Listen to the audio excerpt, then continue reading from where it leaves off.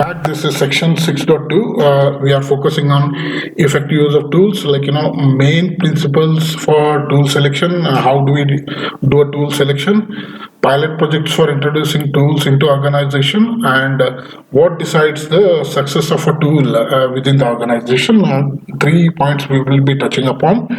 So main principle for tool selection, main consideration for tool selection in the organization include assessment of maturity of own organization. How, where we stand with respect to maturity as an organization as a whole. And it also includes upon it depends upon identification of opportunities for an improved test process. If the test process is age old, if it needs to be improved for adapting the tool, one needs to look at understand the technologies used by the test object, right? Whether the test tool supports the test object's technology or not. If we are talking about web testing, right, you need to be very sure whether a particular stack is supported by the web test automation tool, right? And understanding the build and continuous integration tools already in use, like whether can it integrate well with those build and continuous integration tools.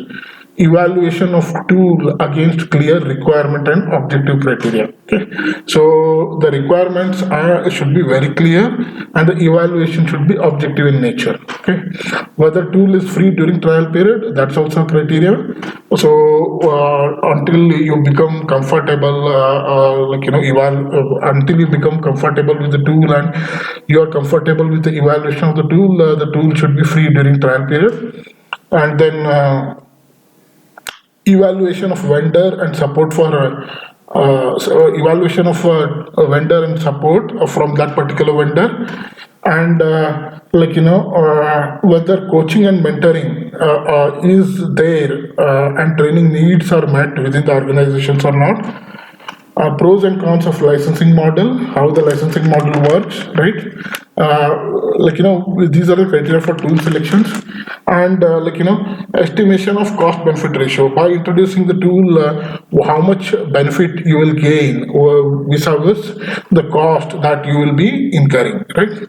So those are the main principles for test tool selection.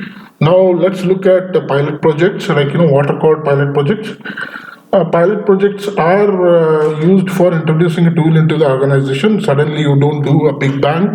If there are 100 projects, you don't introduce a tool to all 100 projects. So first it is piloted on one project, maybe small project. So after selecting a tool and proof of concept, generally architects do it in center of excellence and things like that.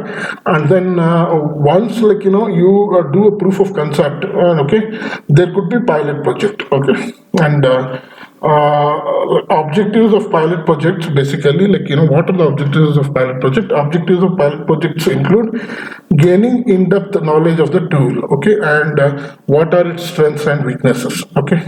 And once that is done, evaluating how tool fits within existing processes and practices in the organization, that needs to be checked in pilot project. And you also study about a standard way of using and managing the tool in pilot project, and you also assess whether benefits will be achieved, okay, by adapting this tool. In pilot project, assessment is made whether indeed there will be benefits or not, okay.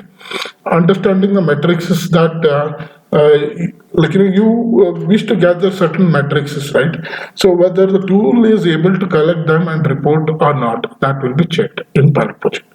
Now let's look at success factors for tools. Which factors decide whether the tool will be successful within the organization.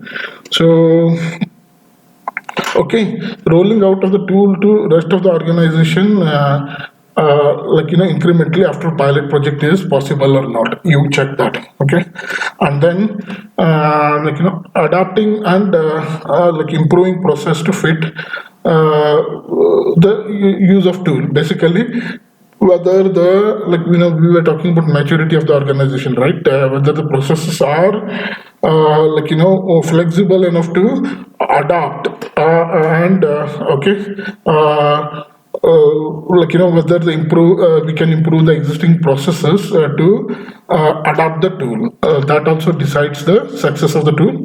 And how easy it is to provide training and coaching and mentoring for tool users. Okay, so are there enough training people, coaching people, and mentoring for the tools? And defining clear cut guidelines for use of tools, right? Now, what to expect from the tool, how to use the tool, and things like that. So guidelines should be there for use of tool. And implementing a way to gather usage information from the actual use of the tool. So whoever is using the tool, we should be able to gather usage information. Okay, mentoring tool use and benefits. There should be somebody to mentor the tool use and benefits. And providing support for the users of the tool. Like within the organization, if you want the tool to be successful, there should be support for user of the tool. And most importantly, in the end, there should be lessons learned gathering from all the users of the tool.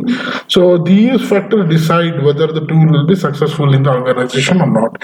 So in section 6.2, we covered main principles for tool selection, pilot projects. What do we mean by pilot projects? We also studied about pilot projects for introducing the tool in the organization, and success factors, which are the factors which decide the success of the tool, right? So now let's touch upon keywords of ISTQB for this chapter. Data-driven testing, we spoke about it. We read the data from places like spreadsheets, etc., and we go on altering the test cases depending upon the data in the Excel sheet. We go on reading row by row, and we keep on passing that information in a data-driven approach. Keyword-driven is something similar to data driven, but it is keyword driven in this case. Test automation, repetitive task, you avoid using test automation. Test execution tool, standard examples are Selenium, Test Cafe, etc. For web testing, okay, there could be proprietary tools for other kind of execution, such as in telecom, etc.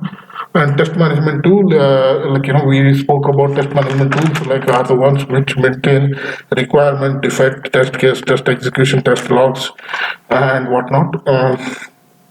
So standard examples of test management tools are Jira, ALM, Qtest, Azure DevOps, and other tools. So we have covered pretty much everything that is recommended for chapter 6. So that concludes ISTQB foundation level certification preparation. I wish all the best for you, and I hope you do well in your ISTQB certification for foundation level. Thank you, and all the best again.